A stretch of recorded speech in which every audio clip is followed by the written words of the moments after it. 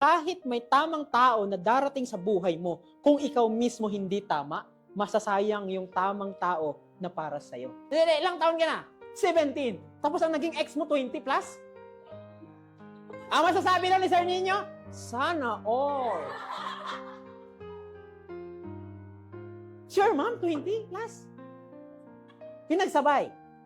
Ang tanong, sa 20 plus na naging relationship niya, sa palagay niyo walang tamang tao doon? Siya na mismo nagsabi, meron. Pero napansin nyo, kahit may tamang darating sa inyo, or ulitin ko, kahit may tamang tao na darating sa buhay mo, kung ikaw mismo hindi tama, masasayang yung tamang tao na para sa'yo. Because she has what? She has more than what? 20 people na nagmahal sa kanya, na naging jowa niya. Sa palagay nyo, yung 20 people na yun ang mali?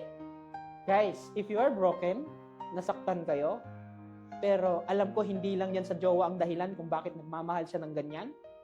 May background ka, tama.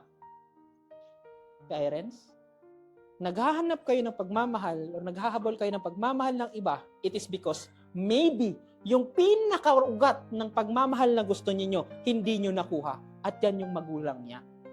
Kaya bakit sir, ang daming-dami ang dumaan sa buhay niya, 20 plus person, pero bakit walang natira? It is because simple lang po. Kahit na sinong magmahal sa'yo, iba rin yung pagmamahal ng magulang na hinahanap niya. Kasi pag magmahal siya, okay, ay, masarap sa una, pero bakit parang kulang? It is because ang jowa, ang kasintahan, iba talaga ang pagmamahal ng magulang. But, if may mga magulang kayo na hindi talaga pinaramdam yung pagmamahal na meron sila para sa inyo, hindi ibang tao ang gagamot niyan. Sila pa rin.